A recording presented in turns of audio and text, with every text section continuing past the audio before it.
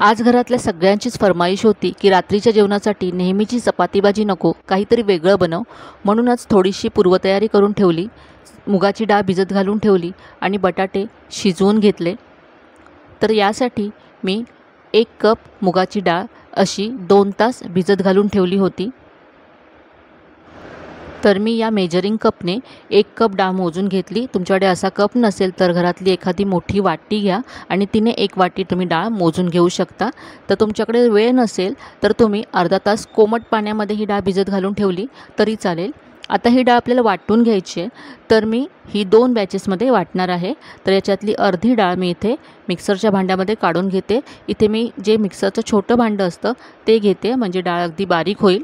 यामध्ये थोडंसं पाणी घालायचं आहे. अगदी 2 चमचे इतकं मी यामध्ये पाणी घातलं.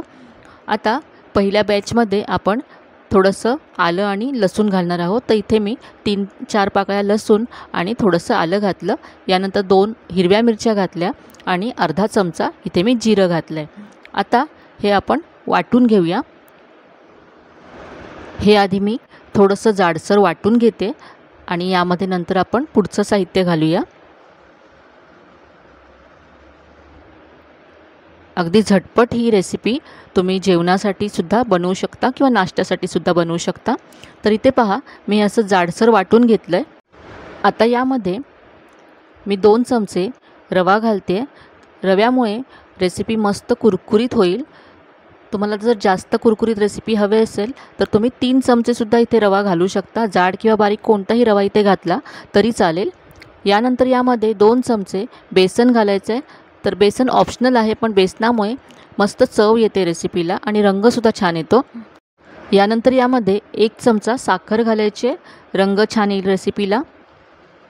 आता यामध्ये 2 ते 3 चमचे पाणी घालून हे मी अगदी स्मूथ असं वाटून घेतलं आहे. पाहू शकता अगदी बारीक आहे. तर हे आता आपण एका बाउलमध्ये काढून घेऊया आणि अशी जी उरलेली आपली डाळ आहे तीसुद्धा वाटून घेऊया. तर इथे मी सगळी डाळ वाटून घेतले. तर आता याचे आपण लगेचच चिले किंवा डोसे बनवू शकतो मीठ टाकून. पण इथे मी यामध्ये थोडंसं दही घालून याला फर्मेंट करण्यासाठी 15 ते 20 मिनटं ठेवणार आहे. तर इथे मी 2 चमचे यामध्ये दही घालते. यामध्ये दही टोटली ऑप्शनल आहे, तुम्ही नाही घातलं तरी चालेल. तर इथे मी हे आता असं फेटून घेते. 3 ते 4 मिनटं असं फेटल्यामुळे हे पीठ छान हलकं फुलकं होतं. तर या पिठाचे आज आपण डोसे किंवा मुगाच्या डाळीचे चिले तुम्ही म्हणू शकता बनवणार आहोत. तर हे आता फेटून मी घेतलं आहे छान. आता हे आपल्याला झाकून 15 ते 20 मिनटं ठेवून द्यायचं आहे, म्हणजे थोडंसं फर्मेंट होईल. तोपर्यंत आपण मसाला डोस्याची जी भाजी असते किंवा मसाला असतो तो बनवूया. तर यासाठी इथे मी गॅसवरती कढई गरम करत ठेवते. कढई गरम झाल्यानंतर यामध्ये 1 मोठा चमचा तेल घालायचं आहे. तेल गरम झालं की यामध्ये मी अर्धा चमचा मोहरी घालते. मोहरी छान तडतडली की यामध्ये 1 चमचा उडदाची डाळ घालायची आहे आणि 1 चमचा चण्याची डाळ घालायची आहे. आता ह्या दोन्ही डाळी आपण परतून घेऊया. याचा किंचित रंग बदलेपर्यंत परतून घ्यायच्यात. मस्त सुगंध सुटला डाळींचा. आता यामध्ये बारीक चिरलेला मी कढीपत्ता घातला. यानंतर बारीक चिरलेली हिरवी मिरची घातली. हिरवी मिरचीसुद्धा परतून घ्यायची 1 मिनटं.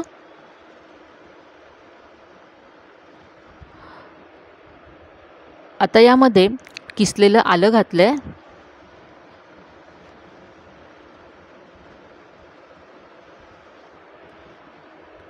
चिमूटभर हिंग घालायचं आहे. हे सगळं मी असं परतून घेते. आता यामध्ये मी 1 मोठ्या आकाराचा कांदा असा लांब चिरून घेतला आहे. अगदी पातळ चिरून घ्यायचा आहे. हा घातला आणि आता परतून घेऊया. कांदा आपल्याला इथे ब्राऊन करायचा नाही आहे, सॉफ्ट करून घ्यायचा आहे फक्त. तर कांदा पटकन सॉफ्ट व्हावा यासाठी इथे मी चवीप्रमाणे मीठ घालते. मीठ घातल्यानंतर कांदा आपण परतून घेऊया आणि सॉफ्ट करून घेऊया। तर कांदा आता पहा अगदी सॉफ्ट झाला आहे। यामध्ये चिमूटभर हळद घालायची आहे।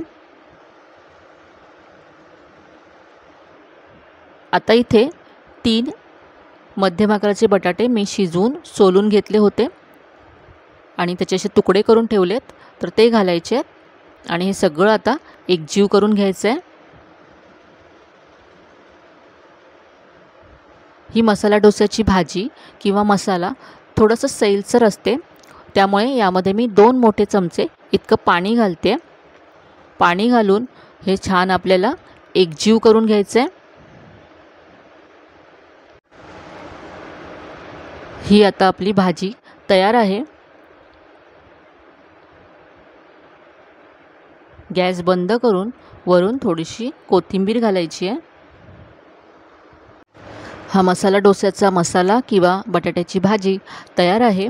आता आपण डोसा बनवायला सुरुवात करूया। तर हे जे पीठ आपण झाकून ठेवलं होतं ते पाहूया। हे एकदा मिक्स करून घेऊया आपण।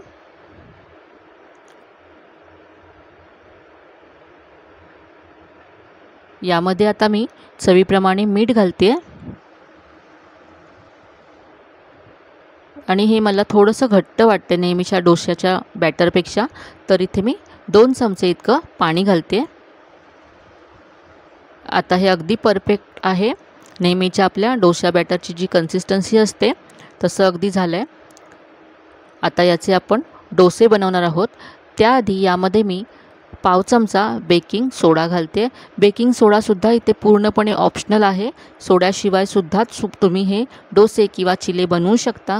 फक्त थोडासा डोसा जाळीदार व्हावा यासाठी इथे मी घालते। सोडा मिक्स करून घेतला। आता याचे डोसे बनवायला आपण सुरुवात करूया। तर इथे मी गॅसवरती तवा गरम करत ठेवला होता। याला तेलाने असं ग्रीस करून घ्यायचं आहे। आता मध्यभागी एक मोठा चमचा पीठ घालायचं आहे आणि हा डोसा असा पसरवून घ्यायचा आहे। अगदी सहज तुम्ही हा डोसा पसरवू शकता। पहिल्यांदा जरी तुम्ही डोसा बनवत असाल तरीही काहीही प्रॉब्लेम येणार नाही।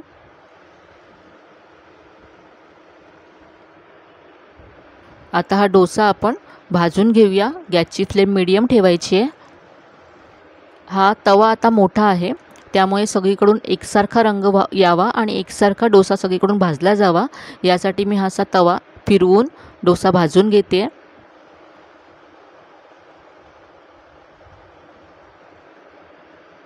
तवा जर आपण फिरवला नाही तर सेंटरला डोसा ब्राऊन होतो आणि कडेने व्हाईट राहतो।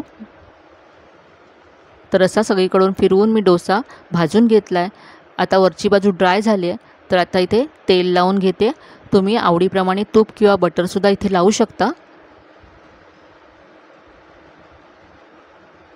तेल लावल्यानंतर आता डोसा आपल्याला कुरकुरीत करून घ्यायचा आहे। तुम्ही पाहू शकता वरूनसुद्धा ब्राऊन रंग डोस्याला आला आहे आणि छान कुरकुरीत झाला आहे डोसा। तर आता आपण हा काढून घेऊया। खालच्या बाजूने सुद्धा पाहू शकता किती मस्त रंग आला आहे आणि सगळीकडून एकसारखा ब्राऊन रंग आला आहे।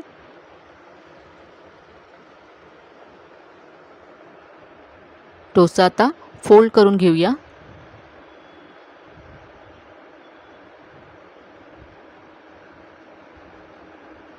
एकानंतर एक अगदी झटपट हे डोसे तुम्ही नाश्त्यासाठी किंवा रात्रीच्या जेवणासाठी सुद्धा बनवू शकता।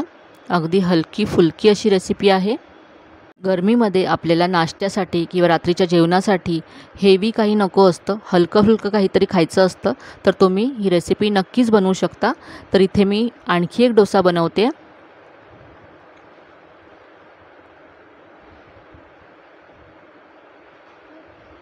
मस्त अशी जाळी येते डोस्याला।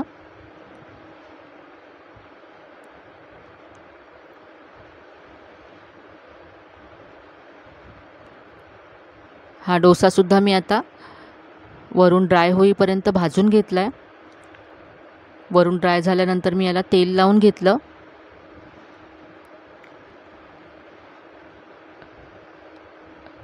आणि या डोस्यावर आता आपण जो आपण मसाला बनवला आहे किंवा जी भाजी बनवली ती पसरवून घेऊया। हा आपला मसाला डोसा तयार आहे। अगदी रेस्टॉरंटसारखा मसाला डोसा तुम्ही घरच्या घरी या रेसिपीने तयार करू शकता।